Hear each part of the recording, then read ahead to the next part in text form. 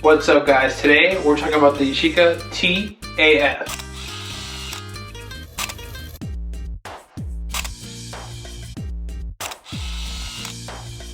Let's back up. Kodak, come be in my shop, buddy.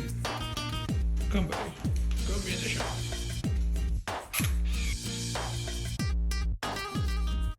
I'm pretty sure that got the focus wrong, because when I focused, it put like a mountain symbol in here.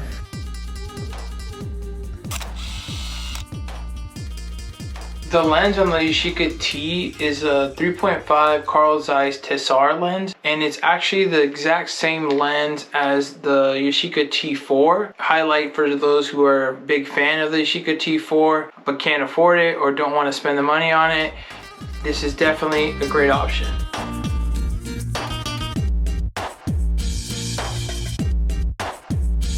Kodak, look!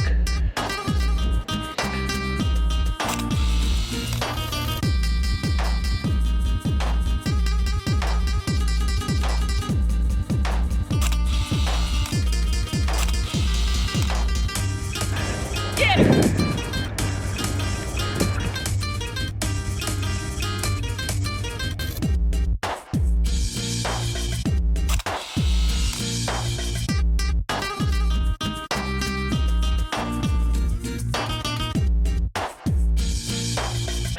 Make sure that the flash light is orange.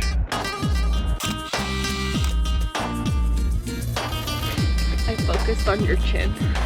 Oh, my doubles?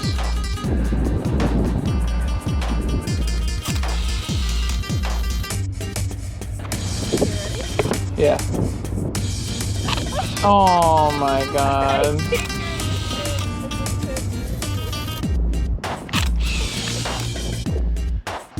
The Yashica T is a decent size. It's larger than the Yashica T4, which makes it not as pocketable, but I actually really enjoy the size of this. With the Yashica T4, I have a strap on it, and then I have it around my wrist or around my neck so it doesn't fall out. This, the whole time I used it, I just kept it in my pocket. I just shot freehand. I didn't feel like it was gonna fall out because of this grip, so that's definitely a plus. The look is a little different. It definitely has an 80s vibe to it, but I like that vibe. I like that energy. Yeah, overall, the size, the look is pretty great on this Yashica T.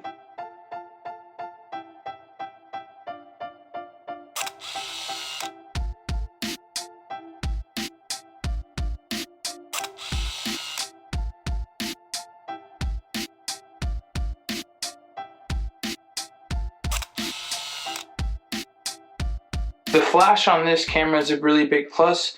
A lot of people complain about Yashica T4 and Olympus that the flash is automatic. So when you have it on auto, you're half press, you shoot, and it uses the flash. This, it'll notify you on here when you need the flash by blinking in the inside of the viewfinder, and then you open the flash whenever it is you want to use it, or you can choose to ignore the recommendation of the flash and then flash then.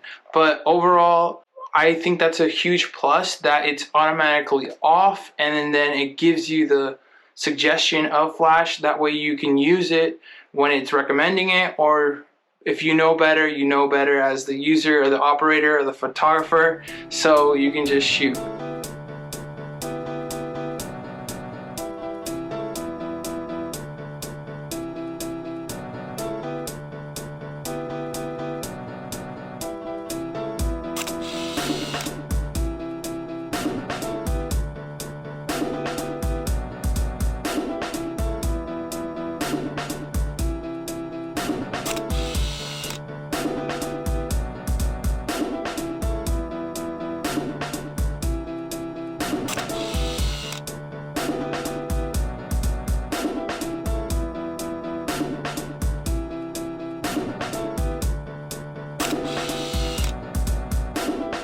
Like that the Yashica T has this shutter button cover so you don't shoot and accidentally fire while it's hanging out in your backpack or back pocket.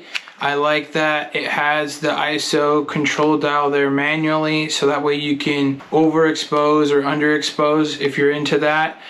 It's the highlight feature for me because I actually always shoot Portra 400 at 100 ISO. This time around I shot at 200 ISO, so if you like my photos, it gave me that more contrasty vibe and more like darker blacks and all that. So I definitely will be shooting that way again.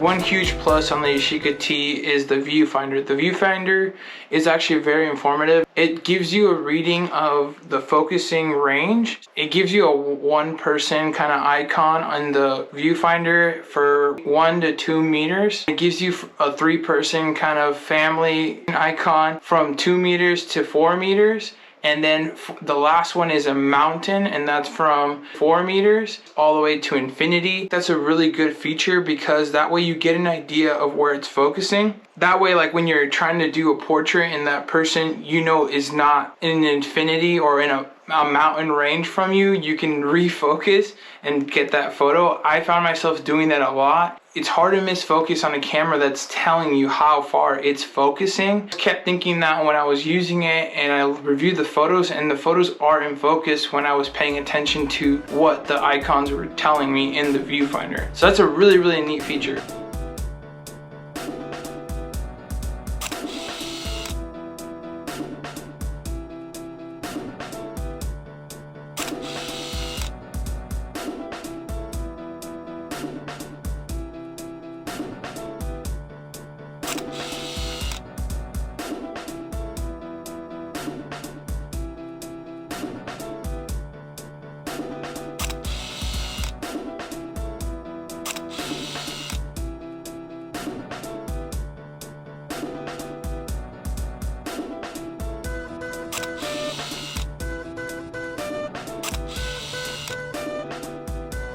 Another thing that I found very useful, I was shooting through a fence, and I'll add that photo here. I was shooting through a fence and I was not able to focus and get that mountain icon. It kept focusing on the fence, so it kept giving me a 1-person icon, but I actually wanted a mountain icon because I wanted to be through it and that be the focus. With the Yashica T AF, I was able to do that by going to the left, and that's why I show that in the video. I focused on a tower that was pretty far away, which gave me the mountain icon, and I held that knowing that that's where the focusing was, and then brought it back and then got the shot that I wanted, and it turned out exactly how I wanted. It's actually one of my favorite photos in the whole roll. It's a huge plus when you know how far your subject is and the camera is not giving you the correct reading.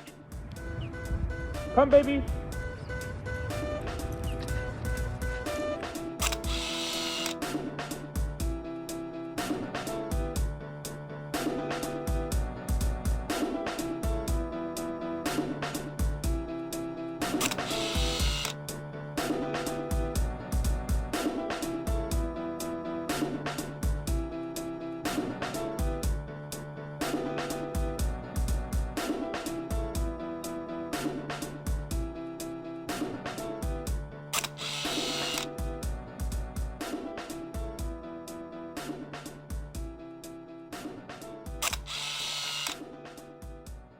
One negative that I did find is that I feel like I can't really get an action shot. I always miss focus on my dogs or like anyone running by because I was trying to get it and then I was reading the distance and it seemed correct. So I don't know if I was using the wrong shutter speed, but I didn't find this a good camera to capture action. I didn't find this a good camera to capture action with.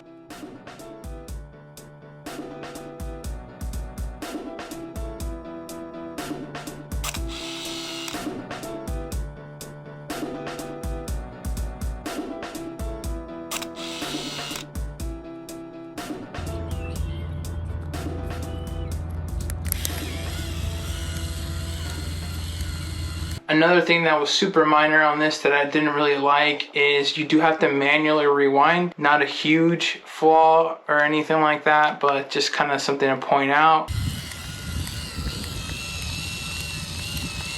This is a great camera. I had a A lot of fun shooting this. I didn't think I was going to enjoy it as much as I did. I thought it was going to be kind of more like an 80s vibe and miss focus a lot for me, but it did its job. I feel like this camera is a lot easier than other cameras to trust that you're getting the correct focus because it's telling you the focus that it's getting. Just shooting this camera, I wanted to shoot again and I wanted to get more result. I ended up shooting 2 rolls on this and had a great time. Definitely recommend this camera. I bought this for $120 off somebody here locally. You can probably find these online from $100 to $180 is what I've seen them on eBay to make sure that I got a good deal. If you have any questions, concerns, you already know what to do. Comment down below. Hit that like button if you like this video. Comment any suggestions, any feedback. And as always, happy shooting. And don't forget to subscribe to your boy.